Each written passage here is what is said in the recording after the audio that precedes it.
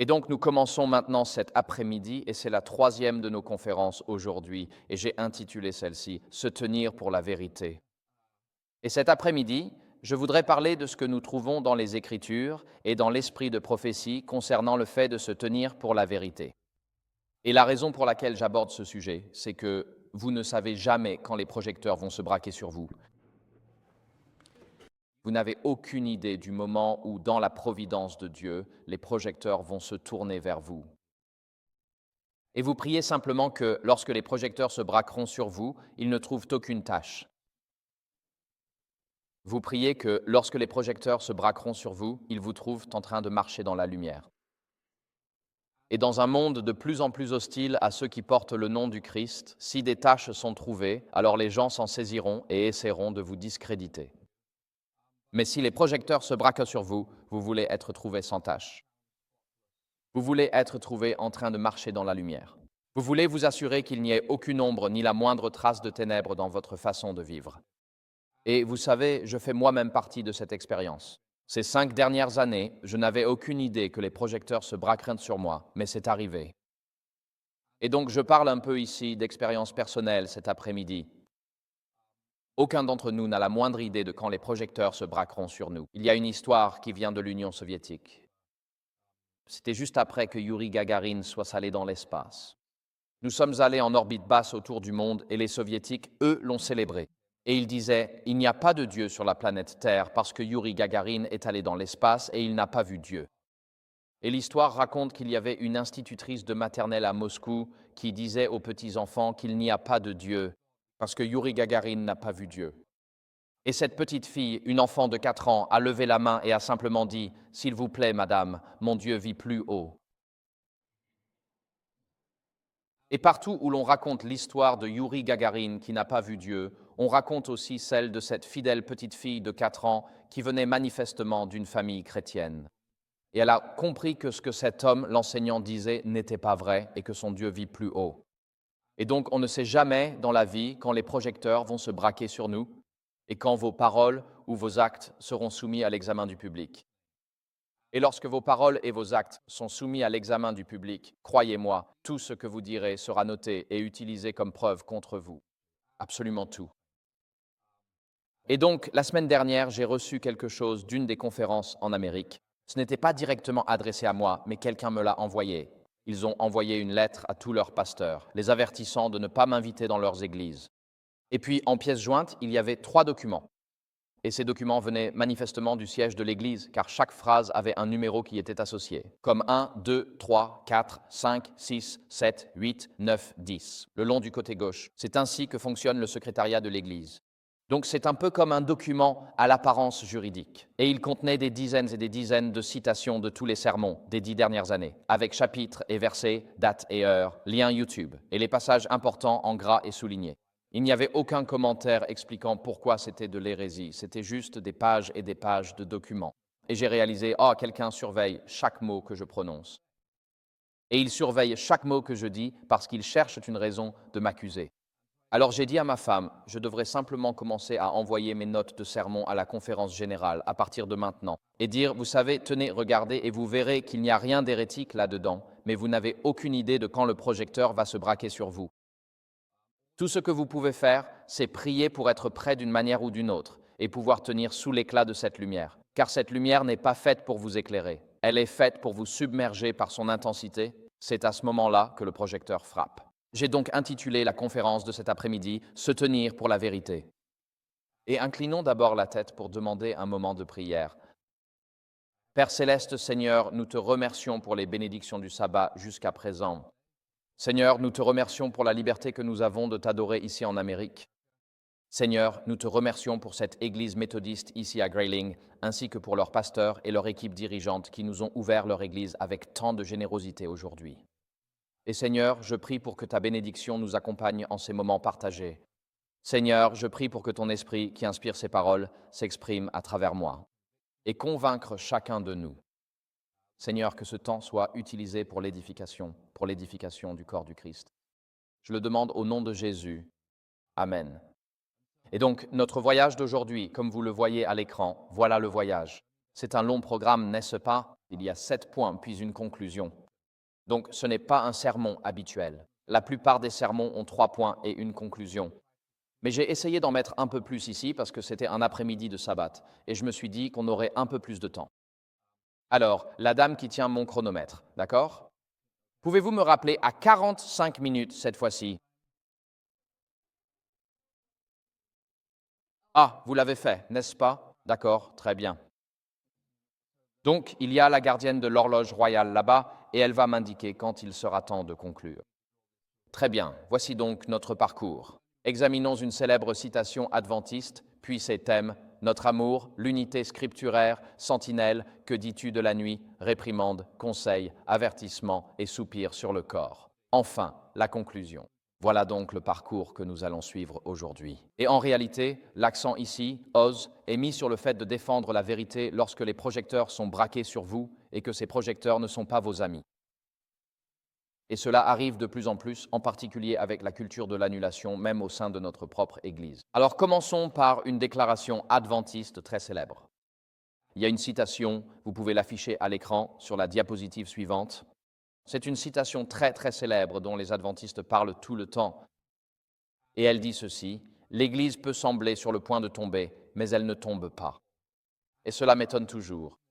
Combien de fois, lorsque les adventistes traversent une crise, ils se réfugient immédiatement dans le réconfort de 2 ou 3 citations célèbres de l'esprit de prophétie, et ils ne cessent de se les répéter les uns aux autres. Et la raison pour laquelle ils font cela, il me semble, n'est pas seulement parce que cela leur apporte du réconfort, mais aussi parce que cela les dispense de la nécessité de se lever et de prendre la parole sur un sujet.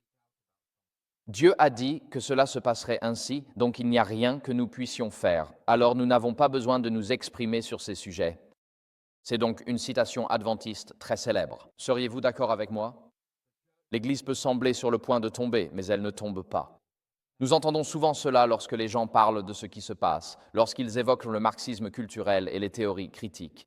À travers nos universités et ainsi de suite, nos alliances avec les Nations Unies, avec l'USAID, l'Organisation mondiale de la santé, etc. Et donc les gens citent cela tout le temps, comme si, d'une certaine manière, Dieu avait ordonné que cela allait arriver, mais que l'Église s'en sortirait d'une façon ou d'une autre à la fin des temps. Et donc, c'est comme une couverture de réconfort spirituel. Pourquoi est-ce une couverture de réconfort?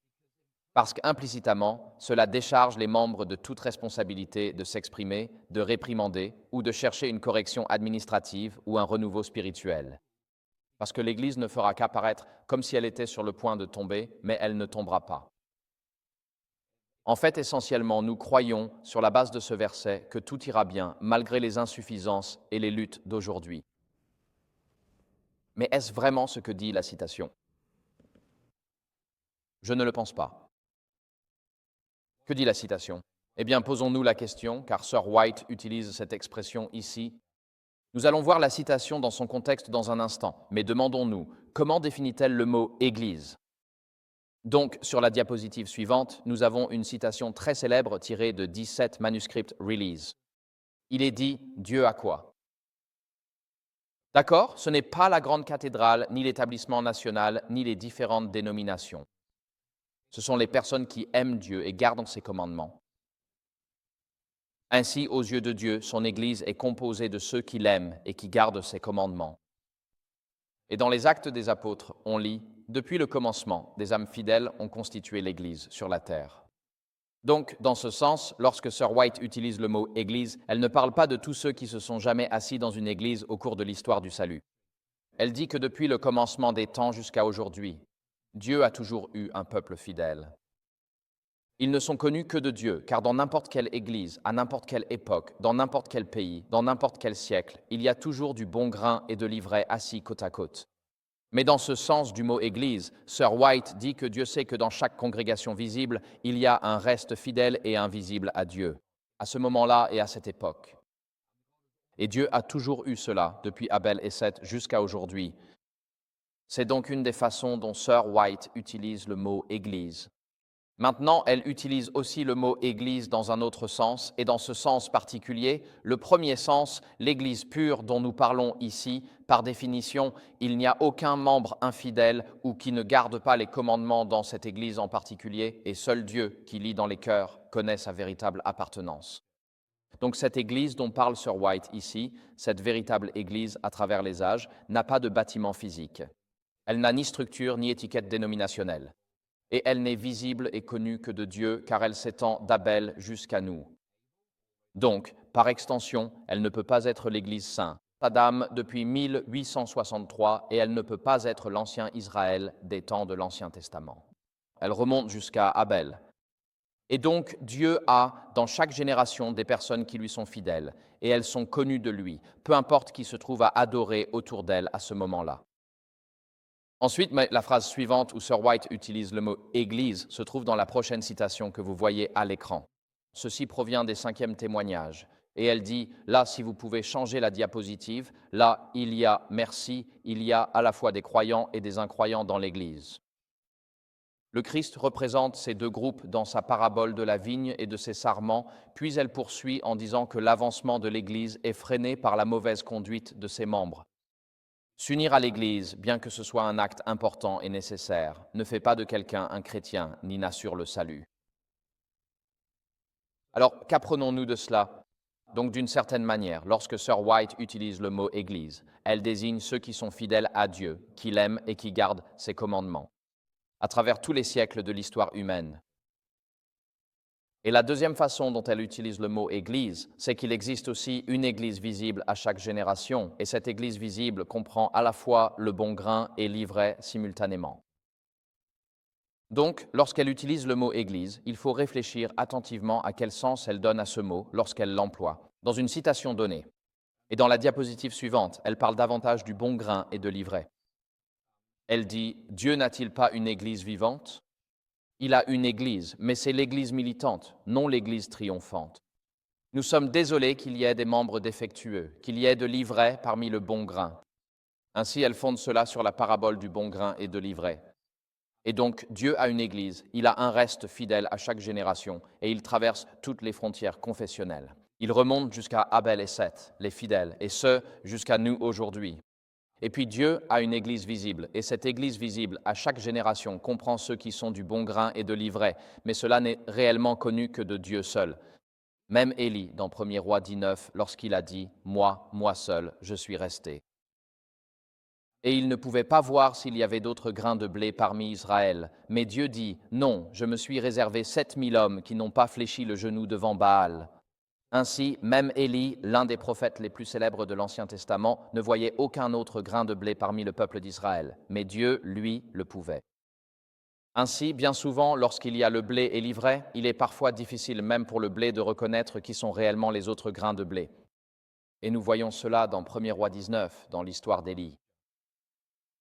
Alors, la question se pose, combien de temps le blé et l'ivraie coexisteront-ils dans l'Église ? Ainsi, l'Église vivante mentionnée dans le passage que vous voyez à l'écran fait référence au corps visible et organisé du Christ, au sein duquel se trouvent le blé et l'ivraie, jusqu'à ce que le Christ les sépare. Maintenant, quand a lieu cette séparation ? Il y a en fait deux séparations qui se produisent. Il y a une séparation à la fin du temps de grâce, puis une autre à la seconde venue. Et la séparation lors de la seconde venue est la manifestation visible de la séparation qui a lieu à la fin du temps de grâce. Alors, passons à la diapositive suivante.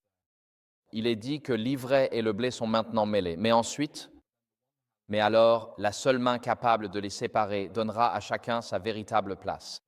Le minerai pur et les scories ne se mêleront plus. Ensuite, elle continue en parlant du moment où cela arrivera. Elle dit « Le temps n'est pas loin où l'épreuve viendra pour chaque âme. La marque de la bête nous sera imposée, comme le dit Apocalypse 13. À ce moment-là, l'or sera séparé des scories au sein de l'Église. Il y a donc une épreuve qui va venir sur l'Église.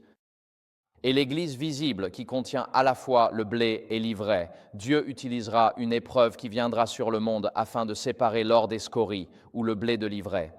Et la citation suivante parle davantage du moment où cela se produira. Il est dit que l'observance du dimanche n'est pas encore la marque de la bête et ne le sera pas tant que le décret n'aura pas été promulgué, obligeant les hommes à adorer ce faux sabbat. Le moment viendra où ce jour sera l'épreuve, mais ce temps n'est pas encore arrivé. Ainsi, une épreuve va venir sur le monde concernant le vrai et le faux culte, l'adoration contrainte ou l'adoration libre. Donc, avec ce contexte en tête, nous comprenons Par conséquent, il existe une véritable Église invisible qui va d'Abel jusqu'à aujourd'hui, composée de ceux qui gardent les commandements de Dieu et qui aiment Dieu. Et comme elle va d'Abel jusqu'à aujourd'hui, on ne peut pas dire qu'il s'agit d'une dénomination particulière. C'est un groupe fidèle dans chaque génération. Et puis il y a le peuple visible de Dieu, que ce soit l'Israël ancien, l'Église apostolique, ou, on pourrait dire, les églises issues de la Réforme dans les années 1500 et ainsi de suite. Et au fil de l'histoire, on peut identifier un peuple visible de Dieu, mais au sein de ce peuple visible de Dieu, au sein de ce royaume visible, il y aura toujours le bon grain et l'ivraie côte à côte, et seul Dieu sait qui est réellement le bon grain et qui est réellement l'ivraie. Venons-en donc à la citation dont nous parlons ici. Elle dit que l'Église peut sembler sur le point de tomber, mais elle ne tombe pas. Et si nous passons à la diapositive suivante, s'il vous plaît, voici la citation dans son intégralité. Et elle dit ceci: les nations seront bouleversées jusqu'en leur centre même. Et elle parle ici d'Apocalypse 13. Le soutien sera retiré à ceux qui proclament la seule norme de justice de Dieu, le seul véritable critère du caractère. Et tous ceux qui ne se soumettront pas aux décrets des conseils nationaux et n'obéiront pas aux lois nationales visant à exalter le sabbat institué par l'homme du péché, au mépris du saint jour de Dieu, en feront l'expérience. Non seulement la puissance oppressive de la popularité, mais aussi celle du monde protestant, l'image de la bête. Satan accomplira ses miracles pour tromper, il établira son pouvoir comme suprême. Et donc ce dont nous parlons ici, c'est le contexte immédiat de cette citation, comme si l'Église allait sembler sur le point de tomber. Sir White parle ici du moment où la loi nationale du dimanche sera adoptée. À la fin des temps, lorsque l'Église et l'État s'uniront pour imposer un culte forcé au monde. C'est le contexte de ce dont elle parle. Et puis la diapositive suivante cite ce passage. Il est dit, l'Église peut sembler sur le point de tomber, mais elle ne tombe pas. Alors, de quelle Église parle-t-elle ici? Elle poursuit en disant, elle demeure, c'est-à-dire l'Église qui semblera sur le point de tomber, mais qui ne tombera pas. Elle demeure tandis que les pécheurs de Sion seront triés, la paille sera séparée du précieux blé. C'est une épreuve terrible, mais néanmoins, elle doit avoir lieu. Seuls ceux qui auront vaincu par le sang de l'agneau, la parole de leur témoignage se trouvera chez les loyaux et les vrais, sans tache ni souillure de péché, sans fraude dans leur bouche. Nous devons être dépouillés de notre propre justice et revêtus de la justice du Christ. Les restes qui purifient leur âme en obéissant à la vérité tirent leur force de ce processus éprouvant, manifestant la beauté de la sainteté au milieu de l'apostasie ambiante. Alors nous nous demandons, lorsqu'elle utilise cette expression, l'Église peut sembler sur le point de tomber, mais elle ne tombe pas. De quoi parle-t-elle exactement? Eh bien, dans ce contexte, là, dans le livre Messages choisis, volume 2, elle ne parle pas de l'Église visible et institutionnelle dans son ensemble. Elle ne parle pas de ce groupe-là. Beaucoup supposent qu'elle parle du sabbat visible et institutionnel dans l'Église adventiste, avec notre structure légale, comme si, d'une certaine manière, la structure ne pouvait pas tomber. Il semblera qu'elle est sur le point de tomber, mais elle ne tombe pas. Mais ce n'est pas de cela que parle Sir White ici. L'Église dont elle parle ici n'est pas identifiable avant l'imposition des lois du dimanche, car c'est lorsque les lois nationales du dimanche sont imposées. Et lorsque les lois nationales du dimanche seront imposées et que chacun devra choisir d'obéir aux commandements de Dieu ou de suivre les commandements des hommes, c'est alors que cette Église semblera sur le point de tomber, c'est-à-dire que ceux qui sont fidèles à Dieu seront révélés pour ce qu'ils sont vraiment. Il ne s'agit donc pas d'une dénomination visible. Ici, elle ne parle pas, souvenez-vous, il y a deux compréhensions du mot Église. L'une est que Dieu a un reste fidèle dans chaque génération. C'est la première compréhension.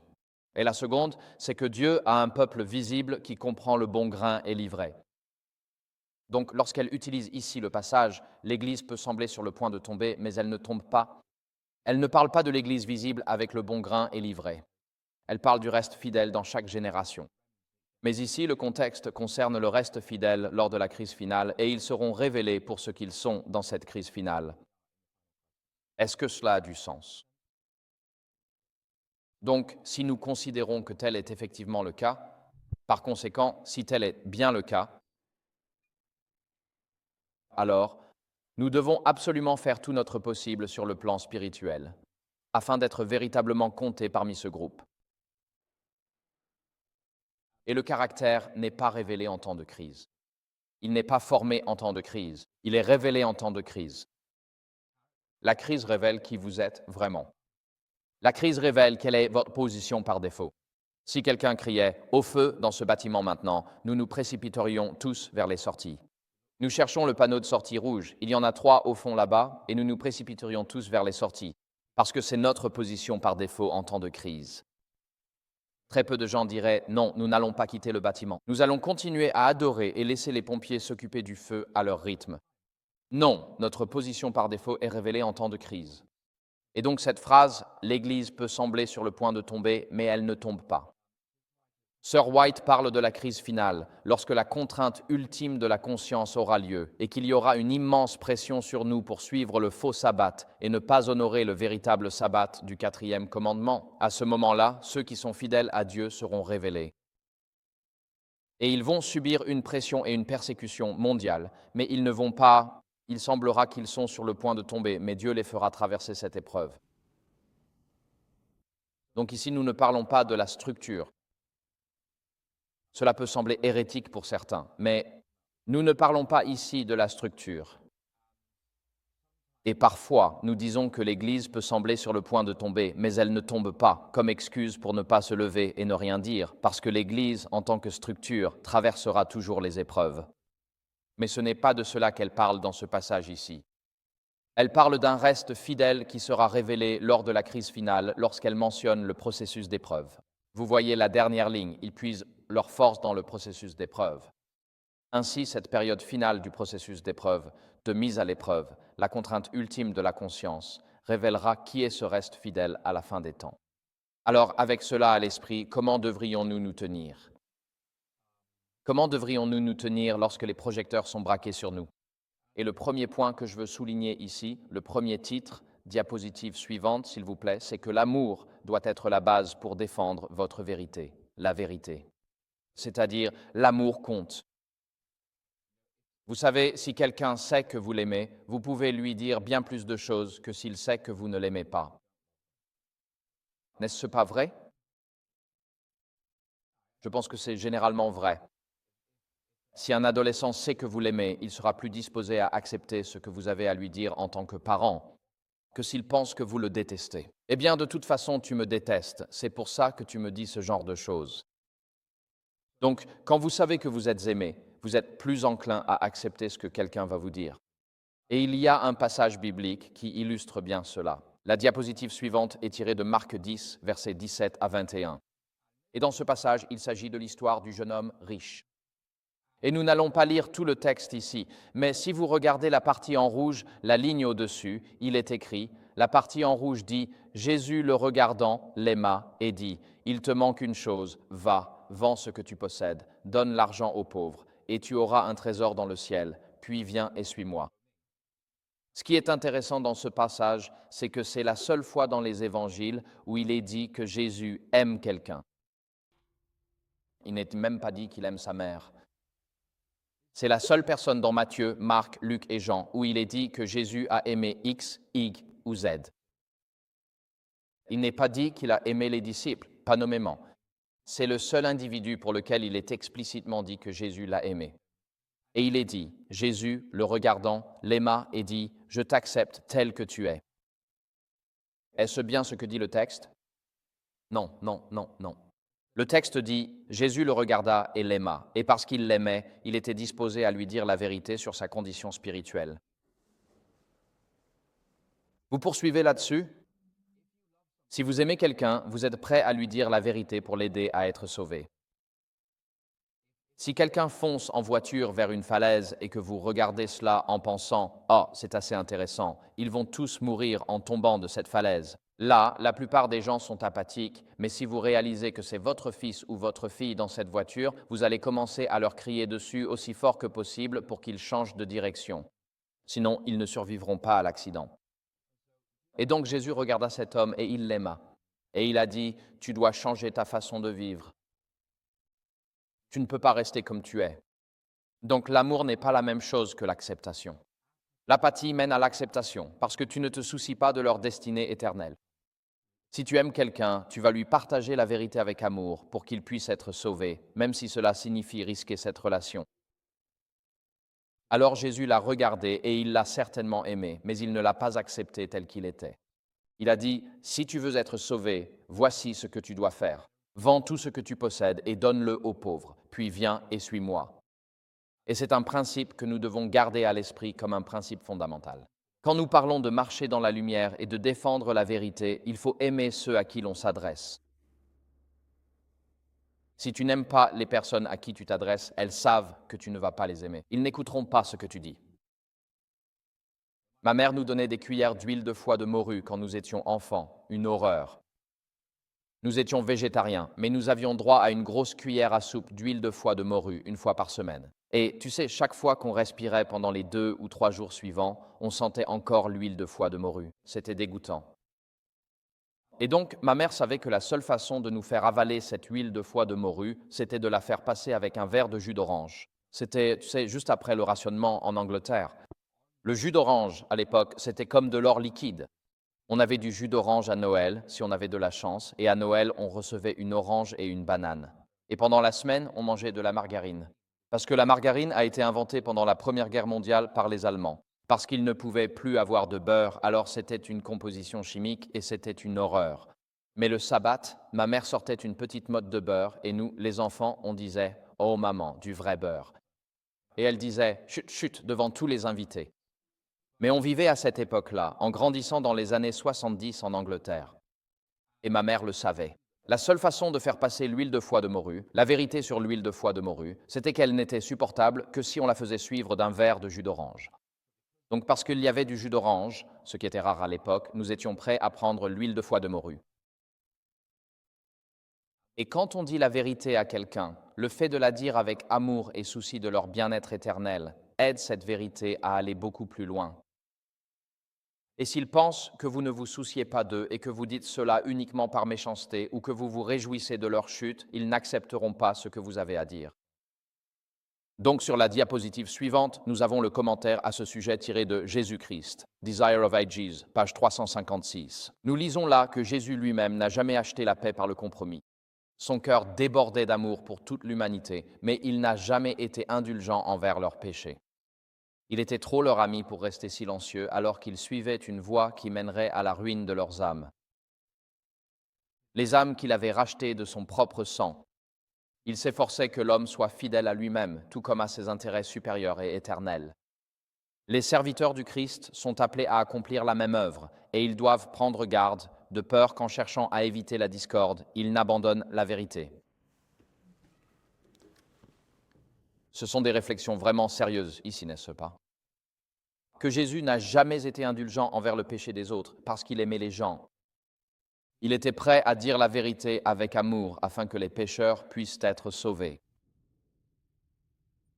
Et donc, si nous devons suivre l'exemple du Christ, si jamais nous sommes appelés à le faire, si les projecteurs se braquent sur nous et que nous nous retrouvons sur la scène publique sous la lumière des projecteurs, nous devons nous exprimer comme le Christ. Nous devons le faire par amour pour ceux à qui nous nous adressons.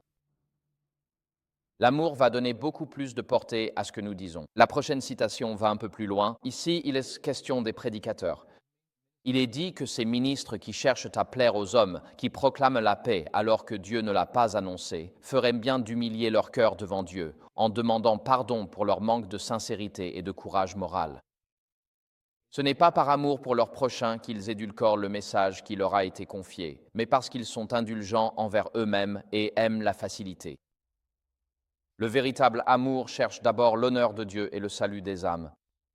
Ceux qui possèdent cet amour n'éluderont pas la vérité pour s'épargner les conséquences désagréables d'un discours franc.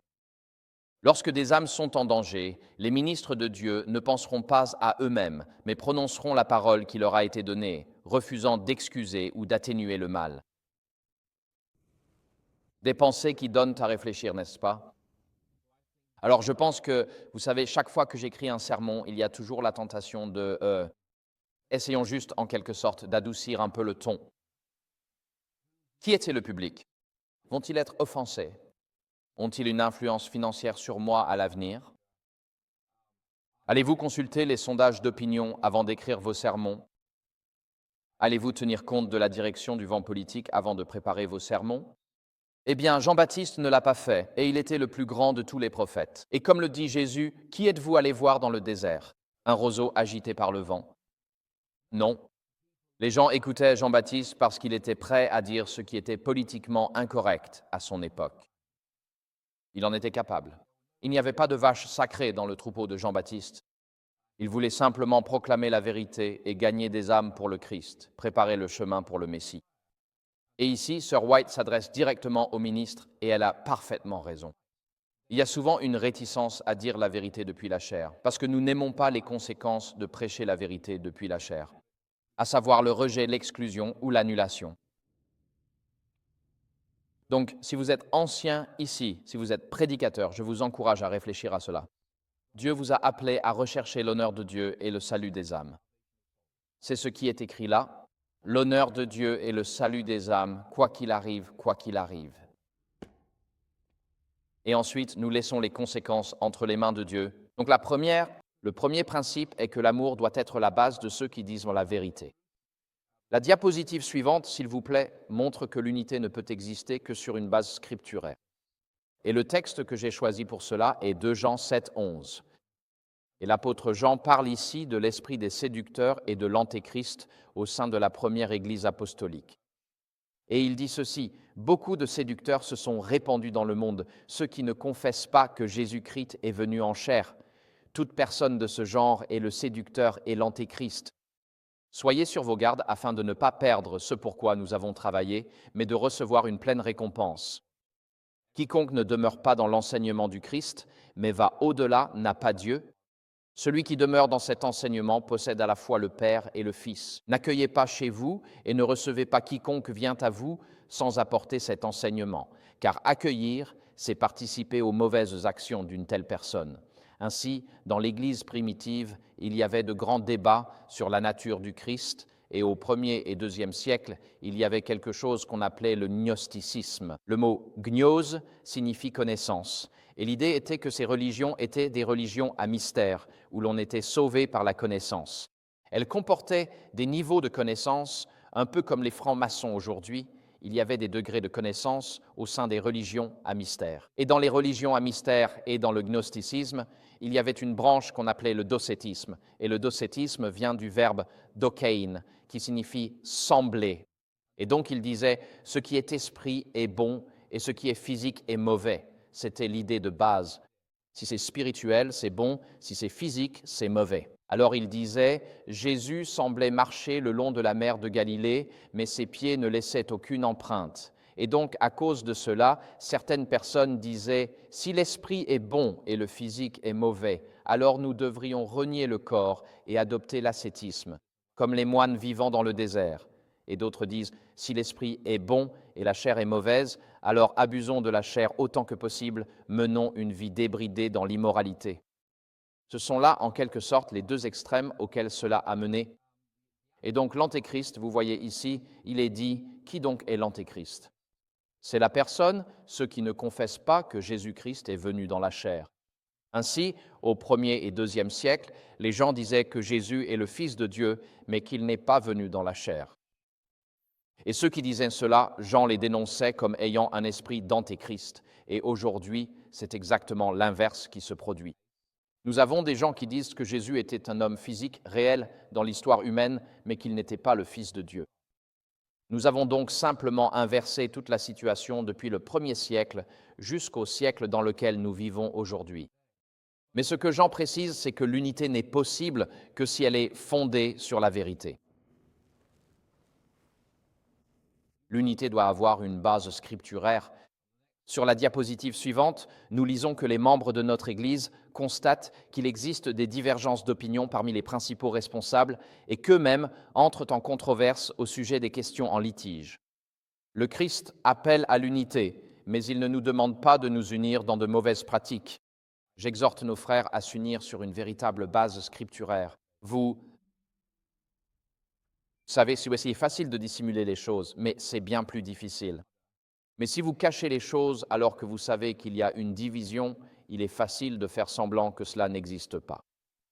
Et cela n'aide en rien votre Église. C'est plus difficile d'étudier un sujet en profondeur, mais à la fin, la conclusion est bien plus solide, car le Saint-Esprit vous a tous guidés dans cette étude.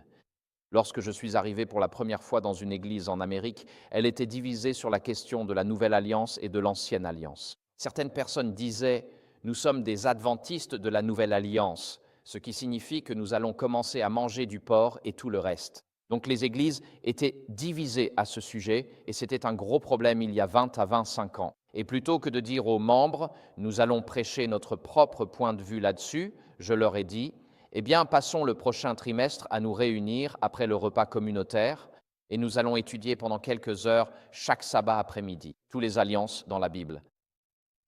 Et nous allons voir ce que la Bible dit à ce sujet. » C'était vraiment un travail difficile. Mais à la fin, l'Église était unie et a dit « D'accord, voici où nous en sommes, parce que nous avions tous traversé ce processus ensemble. Donc s'il doit y avoir de l'unité dans l'Église, elle doit reposer sur une base scripturaire. » Et cela signifie étudier la Bible ensemble afin que nous puissions parvenir à une conclusion commune. Et être honnête avec nous-mêmes que peut-être les idées que je chérissais ou que je défendais, peut-être elles ne sont pas aussi solides lorsque nous les exposons à la lumière des Écritures. La prochaine diapositive, tirée de la tragédie des siècles, explique cela un peu plus en détail. Ceci concerne l'Église primitive. Dans les premiers siècles, il est dit « Après de longs et rudes conflits, les quelques fidèles décidèrent de rompre toute union avec l'Église apostate si elle refusait encore de se libérer du mensonge et de l'idolâtrie. » Nous lisons donc ici à propos des 3e et 4e siècles. Lorsque l'idolâtrie et les idées païennes commencent à pénétrer dans l'Église, il y avait des personnes qui allaient ensuite devenir les Vaudois dans le nord de l'Italie et qui refusaient d'accepter l'idolâtrie et la superstition qui s'introduisaient dans l'Église. Et elle poursuit en disant « Ils, c'est-à-dire les chrétiens fidèles du nord de l'Italie à cette époque, virent que la séparation était une nécessité absolue s'ils voulaient obéir à la parole de Dieu. Ils n'osaient pas tolérer des erreurs fatales à leur propre âme et donner un exemple qui mettrait en péril la foi de leurs enfants et des enfants de leurs enfants. Pour assurer la paix et l'unité, ils étaient prêts à faire toute concession compatible avec la fidélité à Dieu, mais ils estimaient que même la paix serait trop chèrement acquise au prix du sacrifice des principes. Si l'unité ne pouvait être obtenue qu'au prix d'un compromis sur la vérité et la justice, alors qu'il y ait divergence, voire même la guerre. Des paroles qui donnent à réfléchir, n'est-ce pas? Que s'il doit y avoir unité, elle doit reposer sur une compréhension commune des Écritures. Et nous appelons cela la doctrine. Et le défi auquel nous faisons face en tant qu'adventistes, c'est lorsque l'on demande « qu'est-ce qu'un adventiste ?» Eh bien, nous croyons aux 28 croyances fondamentales. Nous sommes le produit de l'ère moderniste et nous vivons maintenant dans un monde postmoderne. Et dans le monde postmoderne, les gens n'acceptent pas l'idée de doctrine. Laissez-moi vous donner un exemple. Lorsque vous êtes venu à l'église aujourd'hui, est-ce que quelqu'un est passé devant un panneau stop? Oui? Qu'avez-vous fait en voyant le panneau stop? Vous vous êtes arrêté, ou du moins vous avez essayé de vous arrêter. Mais vous raisonnez avec un esprit moderniste, car une mentalité moderniste dit « il y a un panneau, donc il doit y avoir un auteur à ce panneau ». Et cet auteur avait l'autorité de placer ce panneau, et cet auteur a de l'autorité sur moi à ce moment de ma vie. Et si je n'obéis pas à cet auteur, alors il y aura des conséquences pour moi. Et si je vois le panneau et que je m'arrête, alors tous les autres qui voient le panneau stop à un carrefour à 4 voies vont aussi s'arrêter lorsqu'ils verront le panneau. Et c'est ainsi que la société fonctionne. Et ce sont là les présupposés du monde moderniste. Mais maintenant, nous vivons dans un monde postmoderne, où les jeunes regardent un panneau comme celui-ci et disent « Tiens, un panneau stop, c'est intéressant. » Je me demande qui l'a mis là. Personne ne saura jamais qui a placé ce panneau ici. C'est un auteur inconnaissable. Et je n'accepte certainement pas que l'auteur ait la moindre autorité sur moi, sur ma vie et mon expérience subjective vécue. Et qui sait ce que signifie le mot « stop », puisque le sens est dans l'œil de celui qui regarde, pas dans l'œil de l'auteur. Nous ne savons pas ce qu'il essayait de nous communiquer. Je passe tranquillement, tu t'arrêtes et tu tournes à droite, quelqu'un d'autre reculera. C'est pas grave, c'est ta vérité. Et c'est ainsi que l'esprit postmoderne considère le panneau stop. Et cela peut nous faire rire, mais nous vivons tous aujourd'hui dans un monde postmoderne. Et l'idée que le panneau stop, tout le monde dans cette salle, et dans cette salle, nous avons des gens du monde entier, moi y compris. Tout le monde sait qu'il faut s'arrêter à un panneau stop. C'est une compréhension commune d'un texte, ce qu'on appelle la doctrine en termes théologiques. Dans un monde postmoderne, la doctrine n'est plus possible parce que chacun a sa propre interprétation des Écritures. De nos jours, il existe la version King James pour hommes et la version King James pour femmes. Il existe une édition pour adolescents de la nouvelle version King James. Il existe une version de dévotion pour femmes, la nouvelle version King James. Il existe une version pour groupe d'hommes de la nouvelle version King James, et il y a tellement de versions de la Bible. Nous produisons des Bibles pour des marchés de niche de plus en plus petits parce que nous reconnaissons que nous sommes tous postmodernes et que nous l'interprétons selon une certaine perspective. Il y a maintenant la version du Strongman de la Bible pour les Samson qui sont là dehors. Ainsi, ce n'est pas le texte qui a changé, mais les commentaires autour, l'exégèse a complètement changé et vise un certain groupe au sein de la société. Et ce qu'il faut comprendre, c'est que nous, en tant qu'adventistes, avons 28 croyances fondamentales qui avaient du sens dans les années 1880 et 1920, mais dans un monde postmoderne, l'idée même de doctrine devient en quelque sorte intenable, simplement parce que nous sommes postmodernes. Donc lorsque nous disons que nous devons défendre les croyances que Dieu nous a transmises, les gens répondent « Mais pourquoi ? C'est ta vérité et voici la mienne ». Et c'est pour cela qu'il devient de plus en plus difficile de maintenir l'unité sur une base scripturaire. Parce que, fondamentalement, dans notre monde occidental, nous nions la possibilité que nous puissions tous lire le même texte et en avoir la même interprétation. Et ainsi, une nouvelle génération de jeunes grandit dans nos églises en disant « Eh bien, c'est très bien, c'est ta vérité, mais ma vérité, c'est ceci ». Parce que philosophiquement, personne ne peut avoir la même interprétation des Écritures, surtout à l'époque moderne, tu sais, ces 20 dernières années, avec la théorie critique et tout le reste. Je lis la Bible et je dis, eh bien, pasteur, c'est parce que vous êtes blanc, hétérosexuel, cisgenre et un homme, mais moi, je suis africaine, je suis une femme et je suis transgenre. Et je suis tout ce que je veux m'identifier comme étant. Par conséquent, j'ai une interprétation différente des Écritures, tout aussi valable que la vôtre. Et comme nous sommes tellement divisés en différents groupes identitaires, nous nous attendons à ce que l'Écriture reflète et s'adresse à nos différents groupes identitaires de différentes manières. Ainsi, cette idée d'unité fondée sur les Écritures devient de plus en plus difficile à atteindre pour nous, parce que nous vivons de plus en plus dans un monde postmoderne où le concept de doctrine n'est plus possible d'une compréhension commune du texte. Donc cela devient un vrai problème pour nous en tant qu'adventistes, alors que nous défendons ce en quoi nous croyons, parce que désormais, chacun veut croire ce qu'il veut, peu importe ce que le reste de l'Église croit. Très bien, passons donc au principe suivant ici. Donc si l'unité doit reposer sur une base scripturaire, il est encore plus fondamental qu'il y ait un « ainsi parle l'Éternel » pour chaque chose. Il ne s'agit pas seulement de dire « voici ma conclusion après avoir lu toute l'Écriture », mais idéalement, il doit y avoir un « ainsi parle l'Éternel » pour les positions que nous adoptons. Actes chapitre 5, si nous lisons un exemple ici, versets 27 à 29, nous voyons en rouge « Mais Pierre et les apôtres répondirent « Il faut obéir à Dieu plutôt qu'aux hommes ». Aussi simple que cela. Ainsi, si nous devons obéir à Dieu plutôt qu'à toute autorité humaine, cela signifie que si une autorité humaine dit de faire X, Y et Z, alors je dois être capable de montrer à partir de la parole de Dieu que Dieu dit non, tu dois faire A, B et C. La société dit de faire A, B et C et Dieu dit non. Dieu dit fais X, Y et Z. Il te faut un ainsi parle l'Éternel. La diapositive suivante, acte 4, versets 18 à 19. Et il est écrit là que le Sanhédrin les fit venir, Pierre et Jean, et leur ordonna de ne plus parler ni enseigner du tout au nom de Jésus. Mais Pierre et Jean leur répondirent, « S'il est juste aux yeux de Dieu de vous écouter plutôt que d'écouter Dieu, à vous d'en juger. »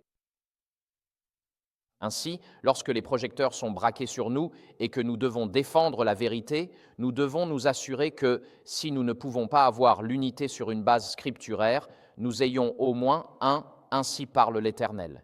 Et si nous n'avons pas de « ainsi parle l'Éternel », cela signifie que nous devons connaître les Écritures par nous-mêmes. On ne peut pas simplement dire « eh bien, je pense que… » Parce qu'honnêtement, beaucoup de gens pensent beaucoup de choses absurdes. Beaucoup de gens ont des opinions qui n'ont jamais été vraiment réfléchies. Beaucoup de gens vivent pratiquement dans des zones sans réflexion. Vraiment. Et ce qui est à la mode sur Twitter guide leurs pensées pour la journée. Je veux dire, il ne se passe pas grand-chose là-haut.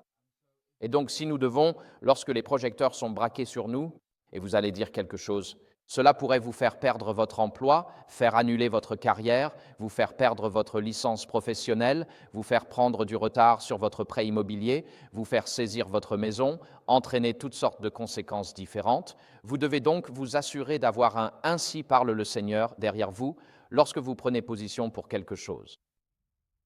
Donc sur la prochaine diapositive ici, j'ai une autre citation liée à cela. Il est dit « Ce principe, à notre époque, nous devons le maintenir fermement. La bannière de la vérité et de la liberté religieuse, brandie par les fondateurs de l'Église de l'Évangile et par les témoins de Dieu au cours des siècles qui se sont écoulés, depuis lors a, dans ce dernier grand conflit, été confiée à nos mains.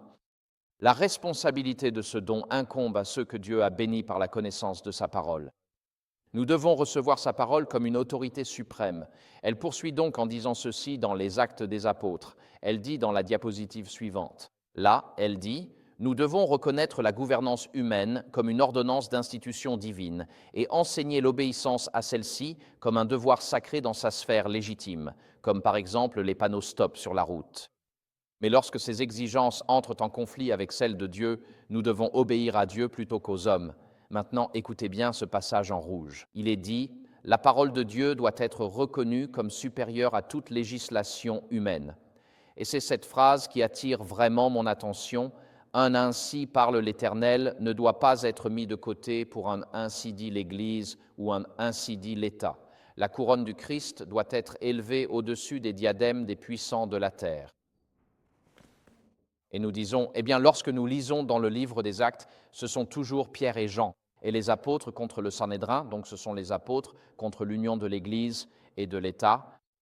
Mais ici, Sir White dit que s'il y a un « ainsi dit l'Église », tu ne dois pas mettre de côté un « ainsi parle l'Éternel ».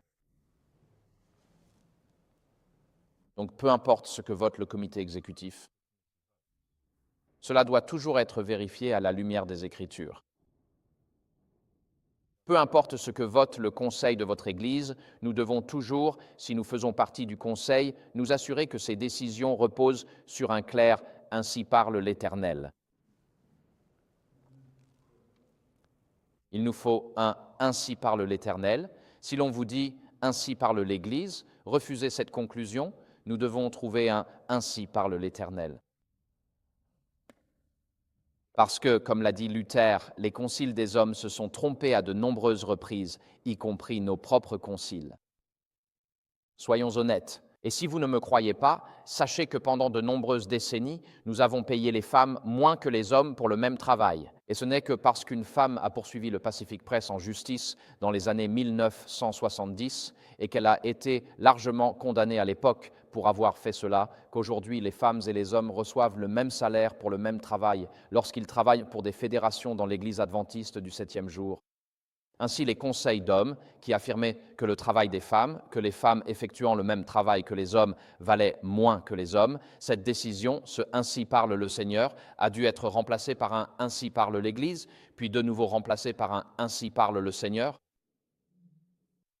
Donc, s'il doit y avoir, si vous devez vous lever et prendre la parole, votre préoccupation principale n'est pas de savoir ce que dit l'Église ou ce que dit l'État. Votre préoccupation principale est de savoir ce que dit la parole de Dieu.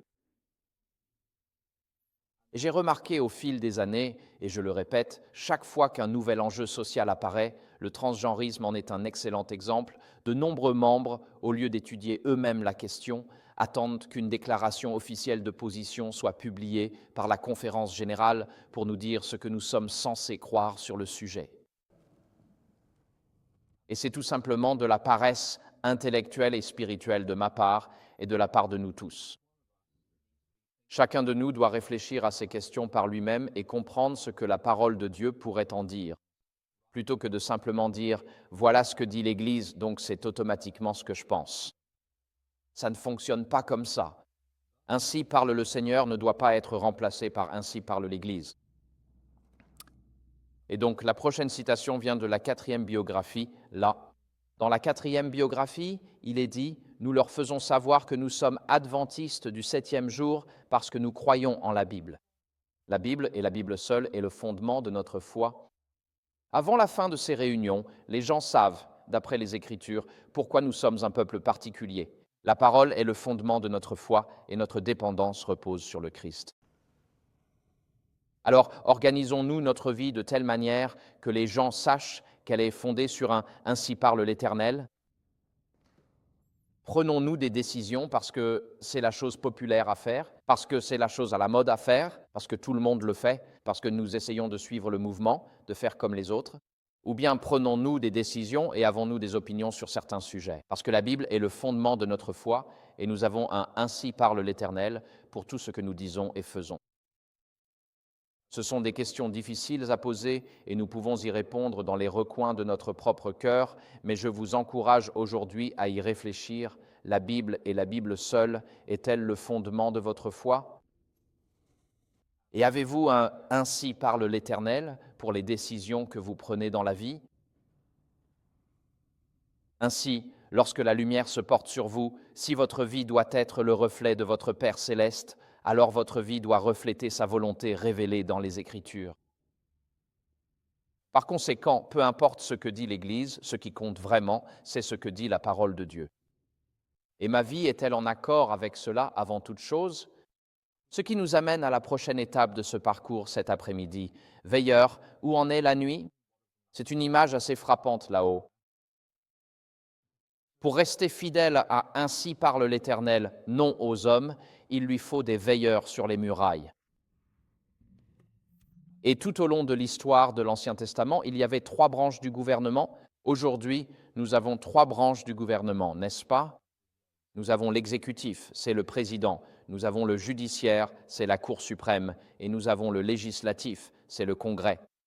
Et dans l'Ancien Testament, il y avait les mêmes 3 branches. Il y avait les rois, il y avait les prêtres et il y avait les prophètes. Et Dieu avait les 3 tout au long de l'époque de l'Ancien Testament, lorsque son peuple formait une nation.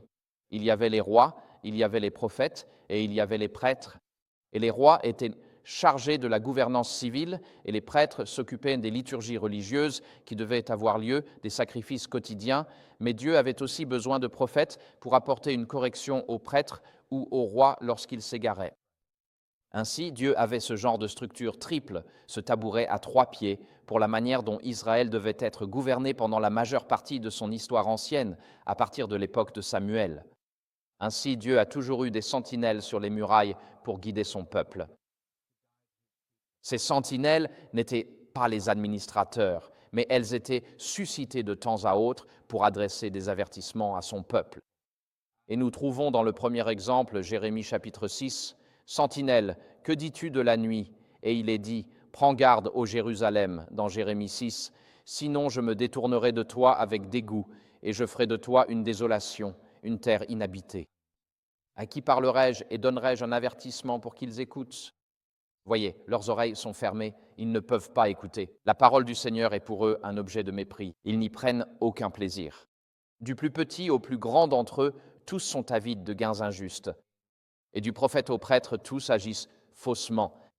Ils ont traité la blessure de mon peuple à la légère, disant, et le texte poursuit ainsi, « Ainsi parle le Seigneur, tenez-vous sur les chemins, regardez, demandez quels sont les anciens sentiers, où se trouve le bon chemin. Marchez-y et vous trouverez le repos pour vos âmes. » Mais ils disent, « Nous n'y marcherons pas. » J'ai aussi suscité pour vous des sentinelles ou des guetteurs. Soyez attentifs au son de la trompette. Mais ils ont dit, nous n'y prêterons pas attention. C'est pourquoi, écoutez, ô nations, et sachez, ô assemblées, ce qui leur arrivera.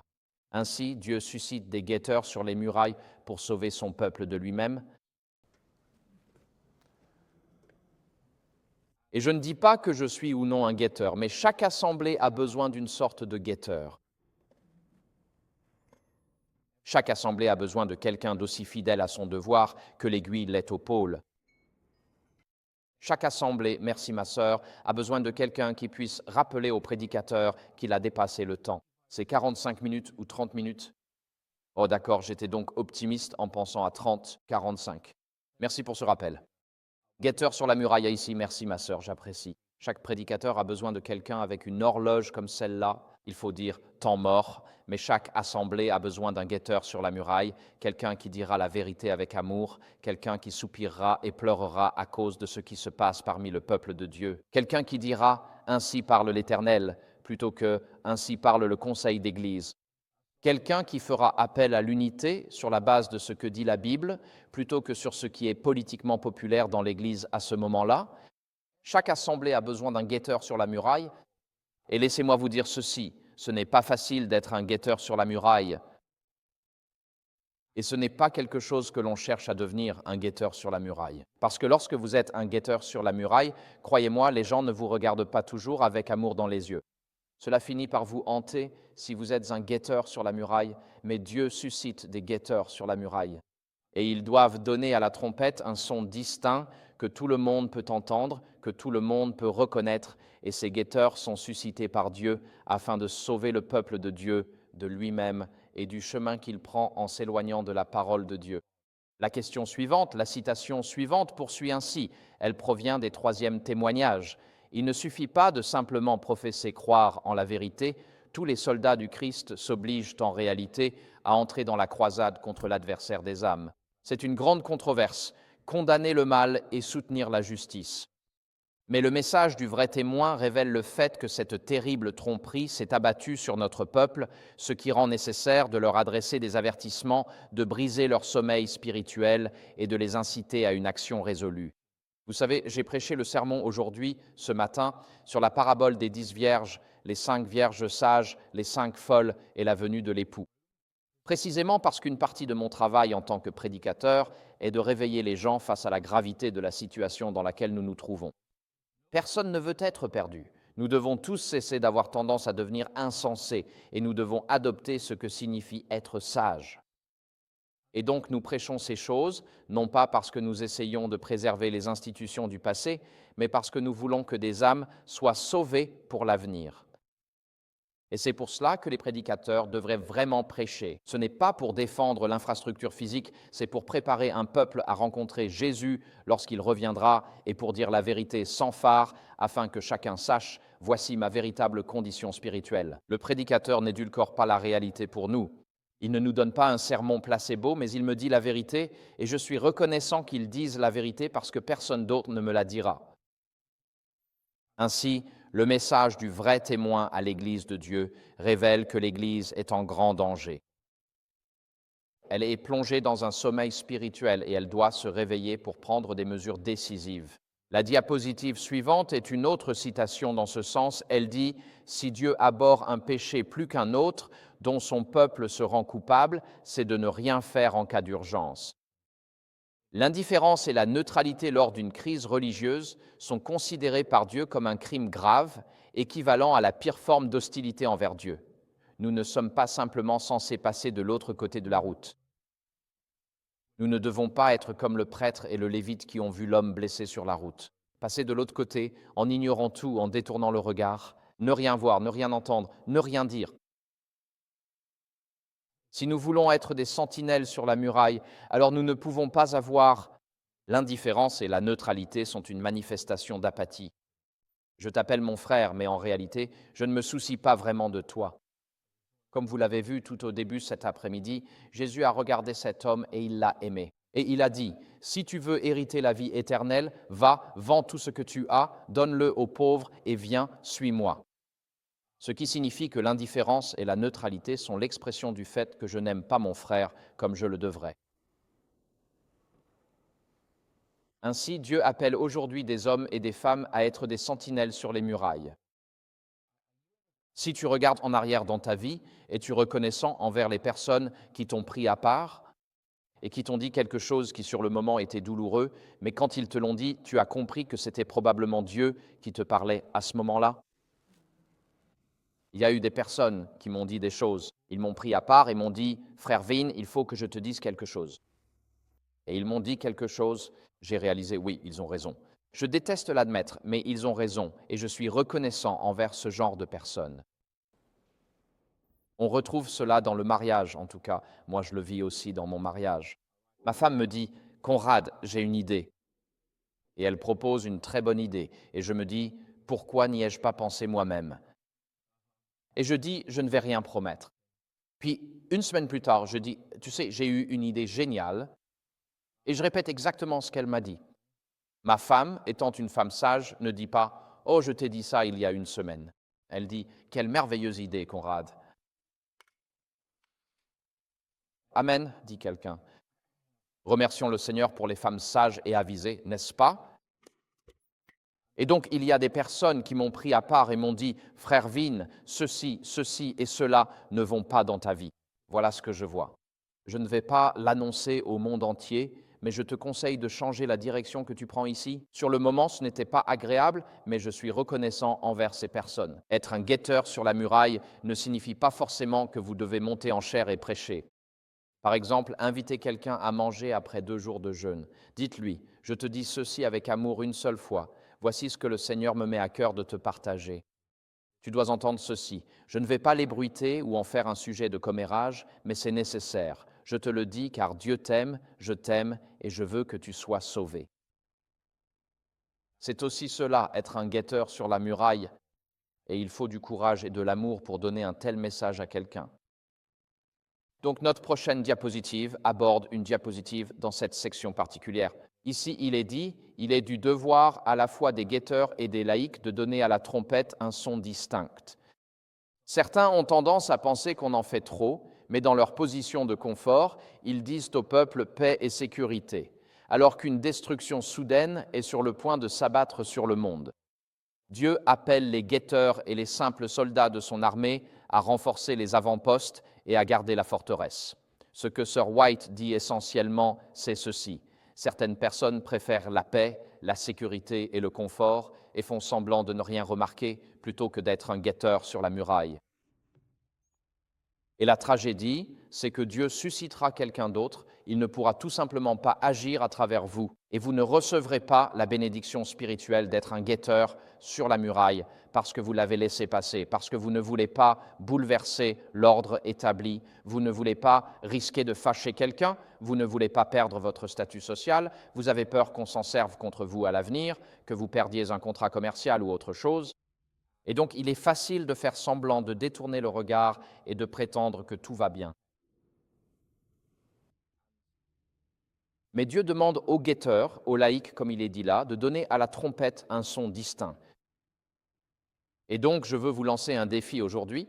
Lorsque les projecteurs se braquent sur vous ou que vous êtes appelés à prendre la parole sur un sujet, faites sonner la trompette d'un son certain. Et demandez à Dieu d'agir à travers vous d'une manière rédemptrice plutôt que destructrice. Demandez à Dieu d'agir à travers vous d'une manière qui rachètera une âme de la perte éternelle, qui la ramènera sur le chemin étroit de la justice. Cela pourrait même changer la façon dont vous vivez votre vie. Dieu peut vous convaincre de dire quelque chose à quelqu'un d'autre et en même temps, il vous convainc du même sujet vous-même. Ainsi, lorsque les projecteurs se braquent sur nous, nous parlons simplement pour le Seigneur. Dieu cherche des veilleurs, des veilleuses et des laïcs, comme il est dit à l'écran là, d'après le reviewer. Review and Herald est là pour donner la trompette. Mettez un certain son, ce qui nous amène à... Nous sommes presque à la fin, frères et sœurs, d'accord? Ça va été un long après-midi. Alors, depuis combien de temps suis-je là-dessus maintenant, ma sœur? C'était 15 minutes, 45 minutes, tu as dit?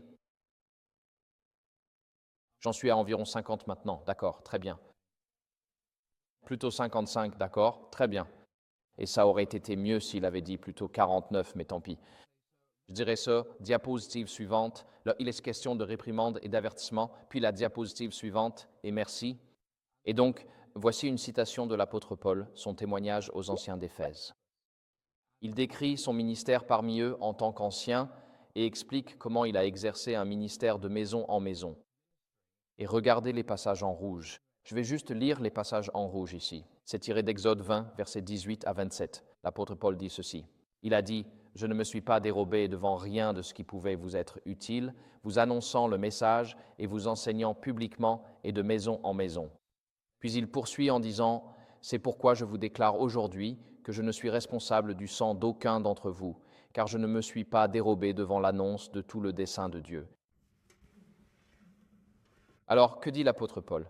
Il dit « Je ne me suis pas dérobé devant quoi que ce soit qui pouvait vous être bénéfique. Je ne suis pas juste rentré après le repas pour me plaindre avec ma femme. J'ai affronté les problèmes. Je ne m'en suis pas détourné. » Il dit « Et donc, parce que je ne me suis pas dérobé devant le fait de faire ce qui est juste, je ne suis pas responsable du sang d'aucun d'entre vous. J'ai peut-être donné un avertissement, vous pouviez l'accepter ou le rejeter, mais le fait est que je vous ai averti. J'ai rempli ma responsabilité en tant que ministre de l'Évangile. Maintenant, c'est entre vous et le Seigneur quant à la façon dont vous répondez. » Ainsi, une partie du rôle des sentinelles, une partie du rôle des ministres de l'Évangile, une partie du rôle des anciens et des diacres et diaconesses, c'est de ne pas se dérober à l'effort pour le salut des autres, y compris ne pas hésiter à dire des choses qui peuvent être assez difficiles à exprimer. Et la diapositive suivante poursuit « Sœur White approuve cela ». Elle parle explicitement de ce passage et elle dit, dans Actes 20, 17 à 35, dans cet exemple de l'apôtre Paul, dit-elle, nous voyons décrite la nature d'un ministre chrétien qui a fidèlement accompli son devoir. C'était un ministre accompli à tous égards. Et le mot pour ministre, pasteur et ancien dans le Nouveau Testament, c'est toujours le même mot. Le mot pour pasteur et ancien est le même mot. Il n'y a aucune différence dans le Nouveau Testament entre les pasteurs et les anciens. De nos jours, on voit qu'il y a une grande différence. Les pasteurs sont payés par la fédération, les anciens sont des gens d'affaires locaux, ils ont leur propre entreprise ou sont employés dans une entreprise locale. Mais dans l'Église du Nouveau Testament, il n'y a aucune différence entre les pasteurs et les anciens. Donc, vous pourriez entrer dans cette catégorie ici. Dans Acte 20, on décrit le caractère d'un ancien chrétien qui accomplit fidèlement son devoir. Et cela signifie que si Dieu vous appelle à une position de direction en tant qu'ancien, s'il vous plaît, ne vous dérobez pas aux responsabilités qui l'accompagnent. Ne vous dérobez pas à l'œuvre pour les âmes. Ne vous dérobez pas à montrer aux gens que leur comportement actuel va les mener droit dans le mur. Ne vous dérobez pas à cette tâche, car si vous ne le faites pas, Dieu devra susciter quelqu'un d'autre. Et peut-être que Dieu vous a placé dans ce rôle pour un temps comme celui-ci. Alors ne vous dérobez pas à ces responsabilités. Nous voulons pouvoir, si vous êtes pasteur, quitter une assemblée, aller vers une autre et dire « Je vous ai annoncé toute la volonté de Dieu. Je ne m'en suis pas dérobé. La façon dont vous y répondez ne regarde désormais que vous, mais je ne suis pas responsable de votre sang. Je ne vais pas fermer les yeux sur un couple qui vit dans le péché dans l'Église. Je ne vais pas fermer les yeux sur quelqu'un qui a une addiction au jeu dans l'Église. Je ne vais pas fermer les yeux sur un couple ou sur quelqu'un qui fraude sur ses impôts et s'en vante ou qui trompe son assurance carte de crédit. C'est ma responsabilité en tant que ministre de l'Évangile de vous signaler ces choses, avec amour pour le « ainsi parle l'Éternel » et pour vous exhorter à changer de voie afin que ce chemin ne vous mène pas à la destruction éternelle. Et c'est la responsabilité de chaque ancien ici présent aujourd'hui. Pas seulement les pasteurs, chaque ancien a cette responsabilité. Et si vous regardez le Nouveau Testament, les diacres à l'époque d'Étienne faisaient essentiellement ce que les pasteurs font aujourd'hui. Regardez ce qu'ils faisaient réellement. Ainsi, les diacres ont aussi cette responsabilité, tout comme les diaconesses, d'être des sentinelles fidèles sur les murailles, d'accomplir fidèlement le devoir d'un ministre chrétien. La dernière citation de ce passage provient des Messages choisis, premier volume. C'est la diapositive suivante. Il est écrit « La parole du Seigneur ». Veuillez regarder la diapositive suivante. Oh, d'accord, revenez alors à la diapositive précédente. Oui, je suis désolé. Ainsi, la parole du Seigneur s'adresse à nous tous qui n'avons pas résisté à son esprit en décidant de ne pas écouter et obéir. Cette voix se fait entendre dans les avertissements, les conseils, les réprimandes. C'est le message de lumière du Seigneur à son peuple. Si nous attendons des appels plus forts ou de meilleures occasions, la lumière peut être retirée et nous laisser dans les ténèbres. La parole est celle-ci, allez de l'avant, accomplissez votre devoir individuel et laissez toutes les conséquences entre les mains de Dieu. Et ainsi, nous faisons ce que Dieu nous demande de faire. Nous accomplissons nos responsabilités spirituelles et ensuite nous pouvons laisser les conséquences entre les mains de Dieu. Et ce qu'il y a d'important dans cet avertissement ici, c'est que la lumière peut être retirée et que nous serons laissés dans les ténèbres. Par exemple, tu peux recevoir un avertissement du Seigneur à travers un frère ou une sœur, et si tu endurcis ton cœur, tu ne recevras peut-être plus jamais cet avertissement. Dieu peut simplement dire, Éphraïm s'est attaché aux idoles, laisse-la. Et cela a des conséquences terribles. Alors si quelqu'un te dit la vérité avec amour, ne te mets pas en colère contre lui. Rentre chez toi et prie à ce sujet et dis, Seigneur, qu'aimerais-tu que j'apprenne de cela? Comment voudrais-tu que je change ma vie? Et si Dieu te demande de porter ce genre de message à quelqu'un d'autre, comme Nathan qui s'est présenté devant David pour le réprimander à cause du péché avec Bathsheba, ce n'était pas une chose facile à faire pour Nathan. Ce ne fut pas facile pour Élie de se présenter devant Achab dans 1 Roi 17, 18 et de dire « Durant 3 ans et demi, il n'y aura pas de pluie ». Non. C'est comme se présenter devant le Congrès et dire « Il n'y aura plus d'impression de monnaie pendant 3 ans et demi et toute l'économie va s'effondrer pendant 3 ans et demi, parce que c'est ce qui va arriver s'il n'y a plus d'impression de monnaie. » Donc, ce n'est pas une chose facile à faire. Ce qui nous amène à la dernière partie de notre parcours de l'après-midi, qui est de soupirer sur le corps du Christ. Vous savez, si vous voulez être un guetteur sur la muraille, si vous voulez être un ministre fidèle de l'Évangile, il doit y avoir une connexion émotionnelle avec ceux que vous servez. Il doit y avoir une tristesse face au chemin que nous empruntons, et il faut un désir profond de les voir marcher sur les sentiers de la justice. Et donc, la première citation que nous avons ici vient d'Ézéchiel chapitre 9, versets 3 à 6. Je vais simplement lire les passages en rouge parce que le temps passe. Il est dit « Parcourez la ville, parcourez Jérusalem, mettez une marque sur le front de tous ceux qui soupirent et gémissent à cause de toutes les abominations qui s'y commettent. » Et donc, dans cette histoire, il s'agit du jugement qui s'abat sur Juda juste avant la destruction finale par Nabuchodonosor. Et Dieu sait, parmi son peuple, ceux qui ne sont pas en position de leadership, mais qui sont profondément attristés par ce qui se passe parmi le peuple de Dieu. Et il se peut que vous ne puissiez pas changer ce qui se passe parmi le peuple de Dieu, mais au moins vous n'y participez pas, vous en êtes profondément attristés et Dieu le voit. Et dans ce passage, Dieu dit « Mettez une marque sur eux ». Ils seront protégés parce qu'ils n'étaient pas en position de changer quoi que ce soit, mais ils ne l'ont pas encouragé non plus. Ils étaient attristés par ce qui se passe dans le corps du Christ. La diapositive suivante poursuit en disant ceci, tiré des 3e témoignages. Si des torts sont apparents parmi son peuple, et si les serviteurs de Dieu passent outre avec indifférence, ils soutiennent et justifient en fait le pécheur. Et ils sont semblables, coupables et recevront tout aussi sûrement le mécontentement de Dieu, car ils seront tenus responsables des péchés des coupables. Et elle poursuit dans la diapositive suivante, elle dit « Dans une vision ». On m'a montré de nombreux cas où le mécontentement de Dieu a été provoqué par la négligence de ses serviteurs à traiter les torts et les péchés existants parmi eux. Ceux qui ont excusé ces torts ont été considérés par le peuple comme très aimables et charmants de caractère, simplement parce qu'ils ont évité d'accomplir un devoir scripturaire évident. La tâche ne leur plaisait pas, alors ils l'ont évité. Je veux dire, elle aurait pu écrire à propos de ce qui se passe en 2025, mais il y a aujourd'hui des gens que tout le monde trouve très charmants et aimables, et il est facile de s'entendre avec eux. Et nous pensons que parce qu'ils refusent d'accomplir leur devoir scripturaire évident, qui peut être de confronter le péché ouvert dans le corps du Christ. Il est donc facile de choisir la voie confortable, il est facile de choisir la voie populaire, il est facile de choisir la voie du silence et de faire semblant de ne rien voir.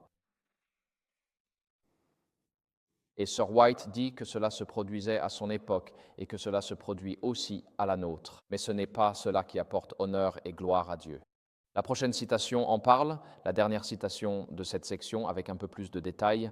Elle dit « Le véritable peuple de Dieu qui a l'esprit de l'œuvre du Seigneur et le salut des âmes à cœur verra toujours le péché dans son véritable caractère, celui du péché. » J'ai souvent réfléchi à cette phrase ici.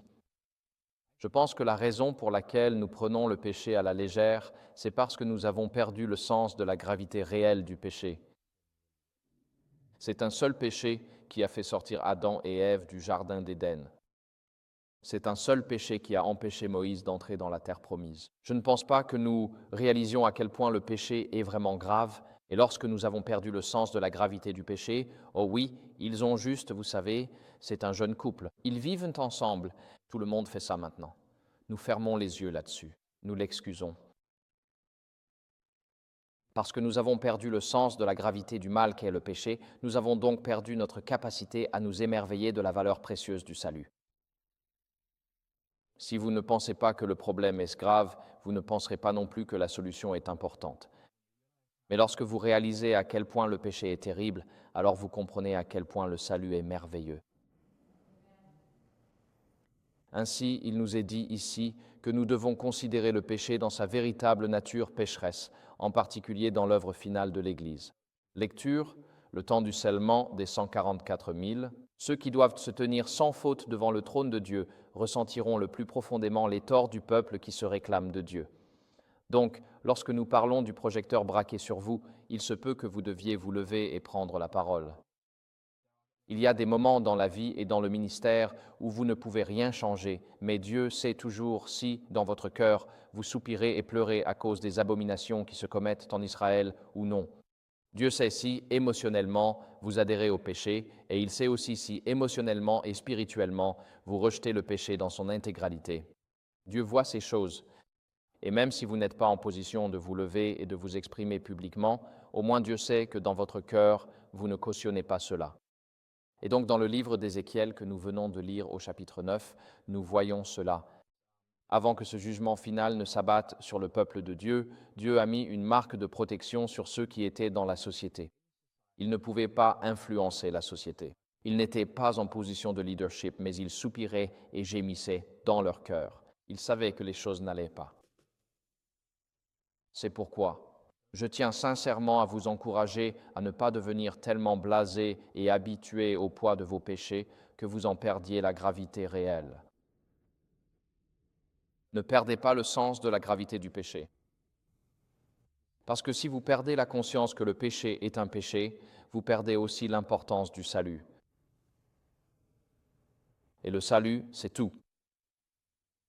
Par conséquent, nous devons retrouver la conscience que le péché est réellement une destruction de la vie éternelle. C'est quelque chose d'énorme.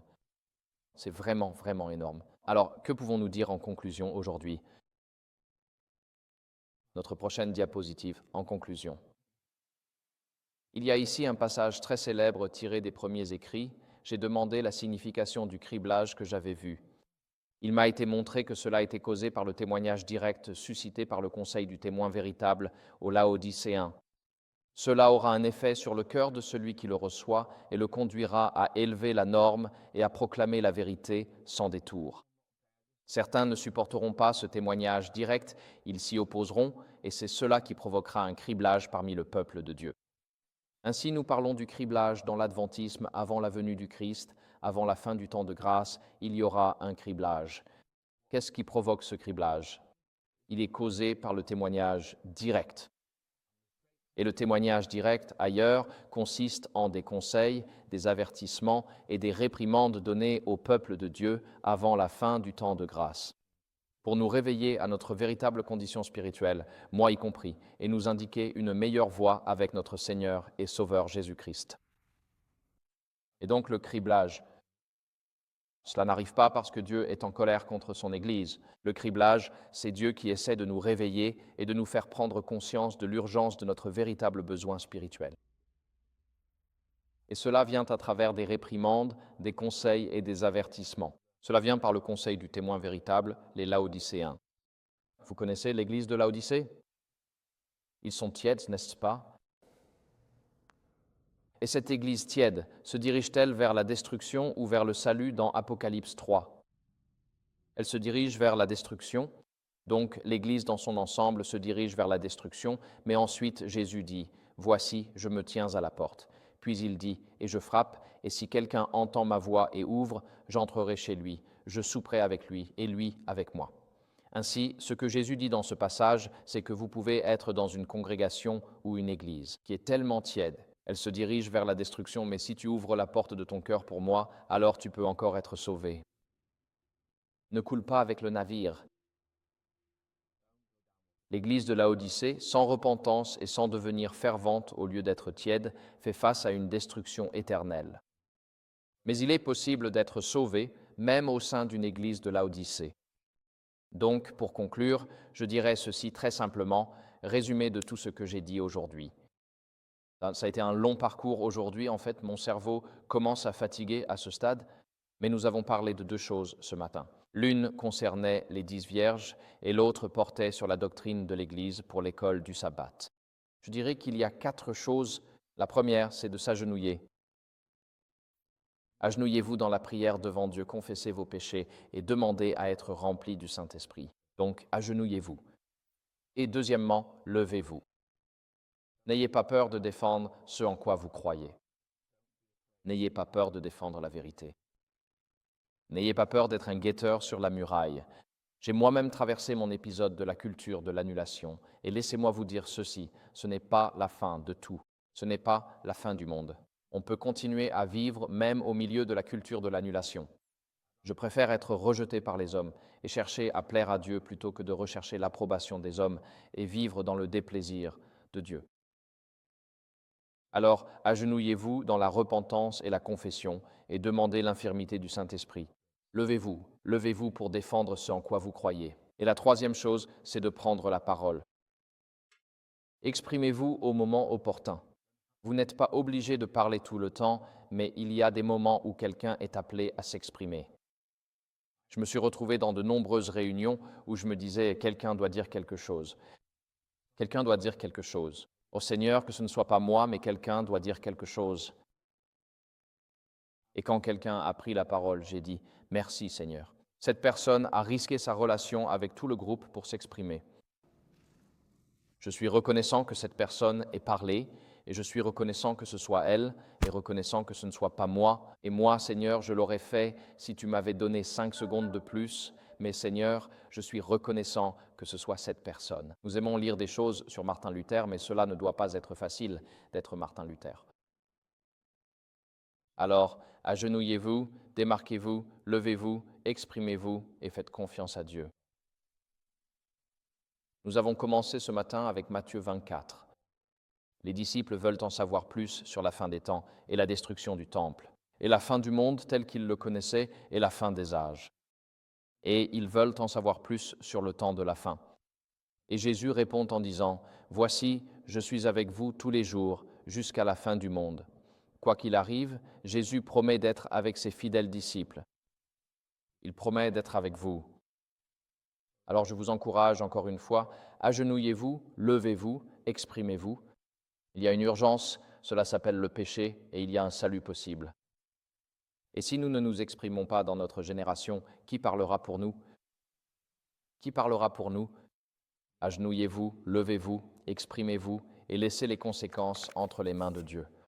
Et que Dieu nous bénisse alors que nous brillons pour lui jusqu'à ce que le Christ revienne dans les nuées de gloire ici, dans le Haut-Michigan. Terminons ici par un mot de prière. Notre cher Père Céleste, nous te remercions pour le privilège que nous avons de t'adorer. Nous te remercions, comme le dit le psaume, « Qu'est-ce que l'homme pour que tu te souviennes de lui ?» Et Seigneur, je te remercie que, pour cette petite poussière suspendue dans l'espace, tu portes un profond intérêt à chaque être sur cette planète. Et Seigneur, alors que nous vivons nos vies et que nous brillons pour toi ici au Michigan et aussi au Canada, Seigneur, je te le demande, que notre foi soit intelligente, robuste, articulée, sans honte, franche, attrayante, aimante, et qu'elle conduise les gens à notre Seigneur et Sauveur Jésus-Christ.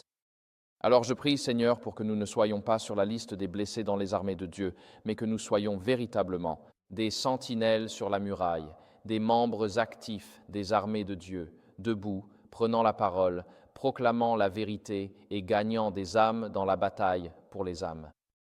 Alors Seigneur, parle à travers nous, guide-nous quant au moment de parler, guide-nous quant au moment de nous taire. Que ton Saint-Esprit bénisse tout ce que nous faisons. Puissions-nous dire la vérité, mais qu'elle soit toujours teintée de grâce, et que les gens sachent que nous sommes un peuple qui passe du temps avec l'homme de Nazareth. Nous te demandons ces grâces au nom de Jésus. Amen.